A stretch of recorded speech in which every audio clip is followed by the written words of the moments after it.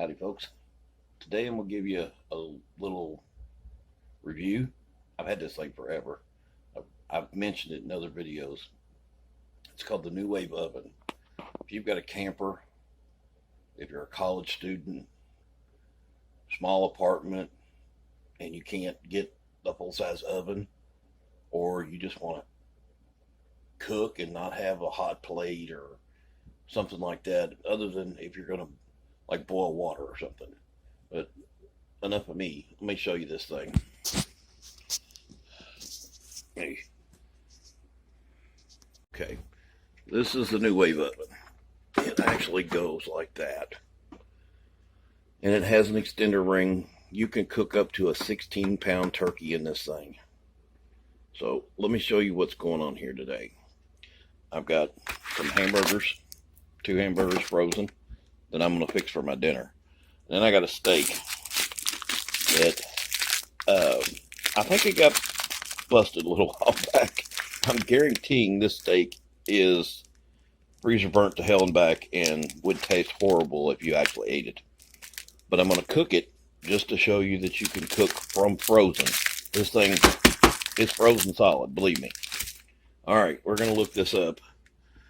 And it looks like for a steak, which is right there, and it says 1 inch thick, that's probably it's probably 3/4 of an inch. So we're going to go over here. It's on a 3-inch rack, which is what we've already got set up. And then there's your cook temperatures. For the unfrozen, for the fresh, there's your times. And for the frozen, there's your times. So we're going to do a medium rare, which is 11 to 12 minutes. And I'm not sure by these directions if that's per side or if it's flip it halfway through. So we're going to flip it halfway through just to make sure we do it right. But let me get these opened up, and I'm just going to put some salt and pepper on this bad boy, but it probably is not going to be any account. But my hamburgers, I've got some seasoning left over here that I'm going to put on it. So we'll be right back. Okay, this steak, it's still very frozen. The hamburgers I put on, I know how to cook these. I've cooked them a ton of times, but I'm going to put a little oil on here. Mix this around, and then oily fingers and all. Let's get a paper towel here. I said a paper towel, not 200. All right, I'll wipe this off. All right, I'm going to actually put, whoa, this thing really zoomed in. You have to bear with me here. I'm working one-handed. I'm going to put some Montreal steak seasoning on it. And I'm going to give it a good dose. Probably just wasting it. It does actually look better than I thought it would. But we'll flip her over there so we don't lose all of our seasoning off there. A little more oil on that side. Smear it around. This is not really about a recipe or anything like that, so we're not going to sweat this too much. But I am literally going to take it and just slap it on the grill there. And we are going to put our lid down. I promise you all, I'm getting a tripod really soon. All right, up here, that thing said 10 to 11 minutes for rare, 11 to 12 for medium rare. So I like medium rare. Let's go 11 minutes. Whoop, cook time, cook temperature, 11 minutes, start. Oh, that's what my problem is. Let's hit clear. Now, we'll hit cook time, not cook temperature. 11 minutes, start. And I don't know if you can hear it or not, but it is actually running. It's very quiet. Doesn't take up a lot of counter space. I actually keep it in a cabinet. very simple little contraption. This is plastic, believe it or not. But this thing gets extremely, extremely hot. I think on the high temp that it's on now, you can set it from level 1 to level 10. And I think it goes from 250 to 450 in temperature. Don't hold me to that. But it will cook anything and everything you put in here from frozen. I've cooked frozen hamburgers. I've cooked frozen pork chops, chicken breasts. It doesn't have to be unthawed overnight like you would normally to cook something.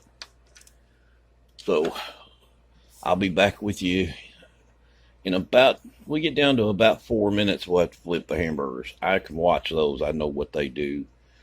If you cook frozen hamburgers, you're looking at 6 minutes on the first side, 7 minutes on the second side, and just put your cheese on it. Leave it in here. You do not have to restart it.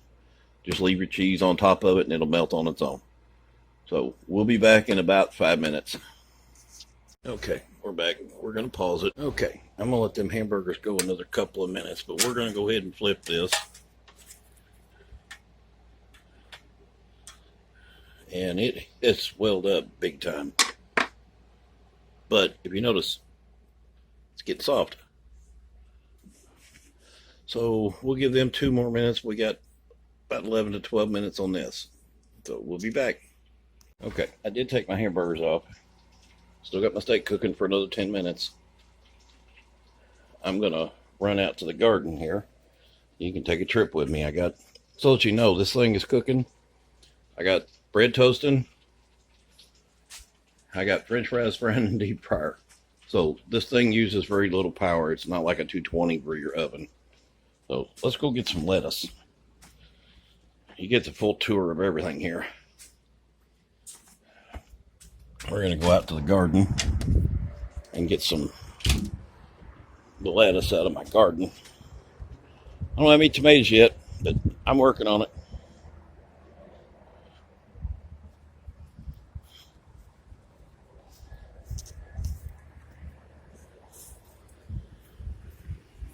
My little garden. Got me some tomatoes starting here. I got about 15 of them. But the lettuce, I can go ahead and get. We're just going to reach in here and snip us off some of this for our hamburger. Oh, there you go. In case you were curious. Okay, I pulled the steak out. Okay, here we go. There we go.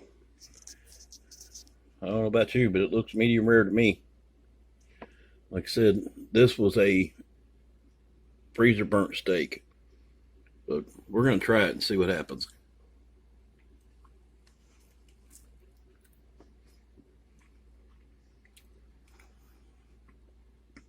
It's good and hot inside.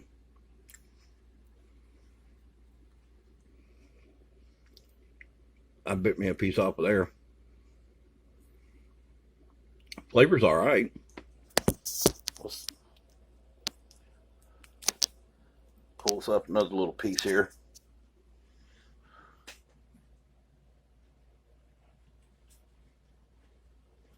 The flavor's okay.